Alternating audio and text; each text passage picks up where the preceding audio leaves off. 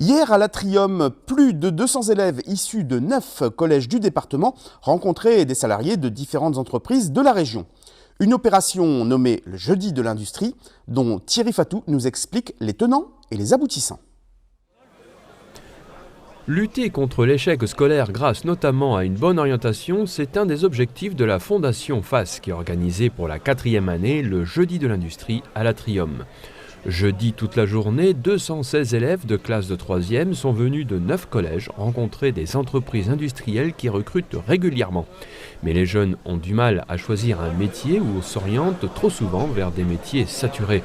Le Jeudi de l'Industrie a pour objectif de faire découvrir des métiers pas connus mais où la demande existe. Souvent, les métiers dans l'industrie sont peu connus parce que les jeunes ne connaissent que ce qu'ils voient. Ils voient les métiers de vendeurs, ils voient les métiers de coiffeurs, ils voient les métiers de vétérinaires, mais les métiers de l'industrie, ça ne parle pas. Et en 3e, quand on choisit sa voie, souvent on choisit ce qu'on connaît. Et on s'aperçoit qu'on arrive dans l'industrie souvent plus par défaut parce qu'on ne trouve pas de travail, alors que c'est des métiers où on recrute chaque année. Donc on a décidé avec d'autres entreprises dunkerquoises de faire découvrir ces métiers pour qu'on ne vienne pas par défaut, mais qu'on y vienne par motivation. Ce sont des jeunes qui sont en recherche, ils sont en découverte professionnelle, ils sont en 3e de découverte professionnelle, pas forcément du tout en défaut de scolarité, mais qui ne savent pas ce qu'ils veulent faire. Vous savez que dans l'industrie, on embauche des gens qui ont des bacs techniques, mais aussi des bacs généraux et des DUT, voire des diplômes d'ingénieurs. Donc on ne cherche pas des échecs scolaires.